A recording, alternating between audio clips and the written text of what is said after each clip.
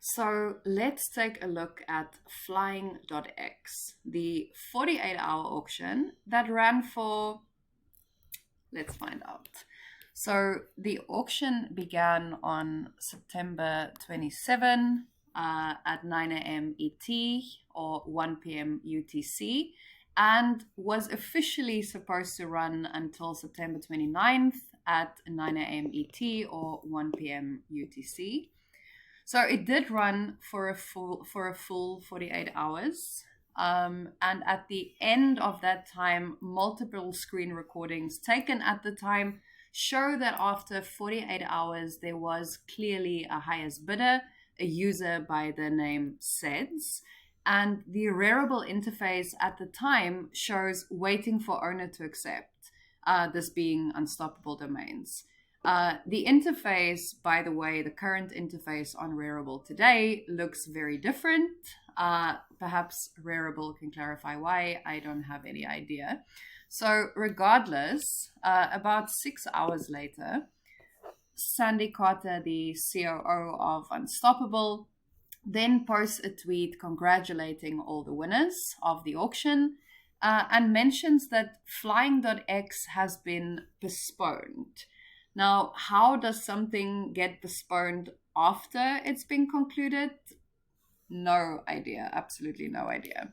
What the Rarible rules say is that an auction can't be cancelled after a valid bid was made. So even the rules themselves don't make allowance for the fact that it was postponed without any explanation. What we do know is at some unspecified point, the auction was reopened without any public announcement, and the domain was awarded to a particular user who, according to the Rarible UI, is the sixth last bid.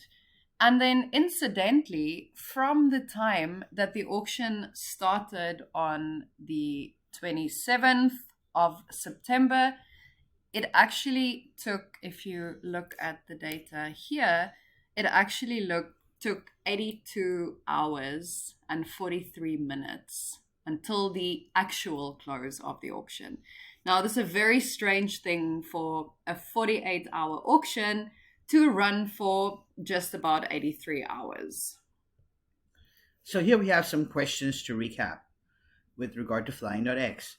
How does a 48-hour auction last for nearly 83 hours?